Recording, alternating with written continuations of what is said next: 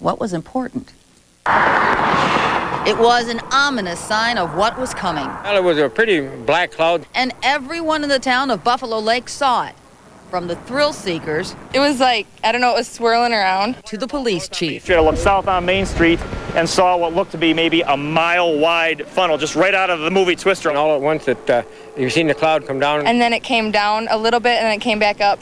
Then it came down and just swiped through. And I saw what was probably a 40-foot tall mature pine tree, complete with roots, like in slow motion, pinwheeling over the city and not even moving, just pinwheeling probably 200 feet in the air for this 40-foot tree with dirt still slinging off the roots. The town of 750 took cover, and in the dark, in basements, in bathrooms, wherever they could find shelter, they huddled together, waiting the storm out.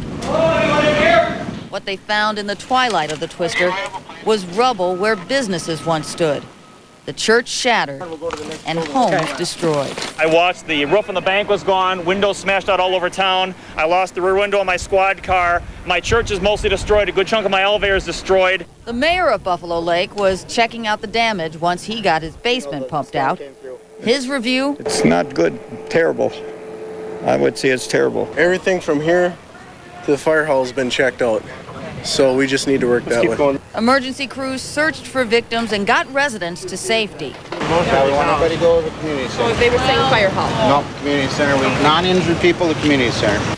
But amid all the destruction, there was a lot of optimism. And I'm being assisted right now by so much help I can't believe. The outpouring's been wonderful. Perhaps it's because in the end, they still had each other.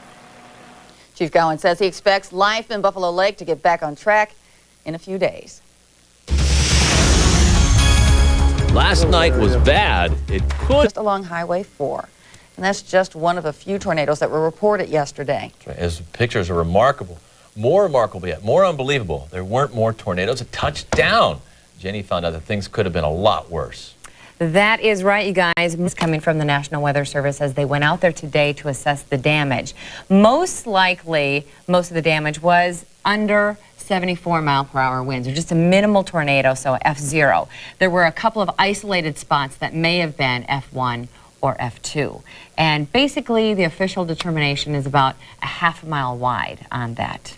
So, wow. They were out there today. They've got a couple of more sites to go check out where some more touchdowns were reported across some other areas in Renville County, and those are yet to be fully assessed. So here's a look at the current radar, and you can see that that moisture continues to come right back at us. But you know what? These cells are very limited in the moisture. Most of it was just wrung out last night, but most of it is actually heading into Wisconsin at this point, and it is across eastern Minnesota. It heads up to the Arrowhead, and most of your action, even across the metro, is continuing to push away. Let's zoom it into Storm Tracker first of all, if we could do that, because there's really just some spotty, isolated stuff left on there at the moment, and really the rainfall intensity very minimal, just a couple of spots.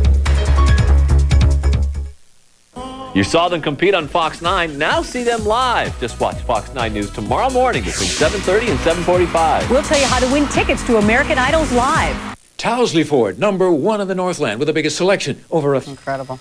Storms are known for causing chaos. And for a short time in Buffalo Lake last night, Jenny Schaefer feared she had lost her 7-year-old daughter, Zena. I don't know where she's at. I need to find her now. Where did you leave her at? Where was the last place you saw her? I saw her right at the end of my apartment with my friend. I left her there for 2 seconds. Not even 2 seconds, and I can't find her. I looked all over. I screamed her name. Following the tears of panic were tears of joy, and Fox 9 was there for the mother-daughter reunion. Freak me out. Let Dawn. Unfortunately, a big hug and a very happy ending. Oh, just takes the breath right out of you, doesn't it? You can only imagine her fear. Well, so how are things going for people in Buffalo Lake tonight? Ellen Gallus is there live with an update. Well, hello there, you guys. We are in one of the yards where there was a major cleanup effort today. This is kind of the story all over town. There are piles of shingles like this And over here to my right, you can see this mangled metal and tangles of electrical cords, stuff like this all over town. Earlier this evening, we showed you some of the amazing pictures taken last night when that tornado touched down here in Buffalo Lake. I am joined by Chief Larry Dahlman, who is the chief of the Fairfax Police Department and also a little bit of an amateur weather spotter. Tell us how you took that amazing video. It's some of the steadiest and clearest I've ever seen. I was in my squad car. I was following a wall cloud that I observed west of town, and I remembered my video camera in the squad car, so I turned it on as I was chasing the storm cell, and it was a very rotating wall cloud. I stopped for a few minutes to watch it and to notify the sheriff's department, and I observed the funnel cloud starting to come down, so I continued to tape the. The interesting thing about your video, too, is you can actually see the cloud come out, or the funnel actually come out of the cloud and touch down. How long did it take from the funnel to form to touch down to the ground to the cloud of debris we saw in your video? How much time are we talking about?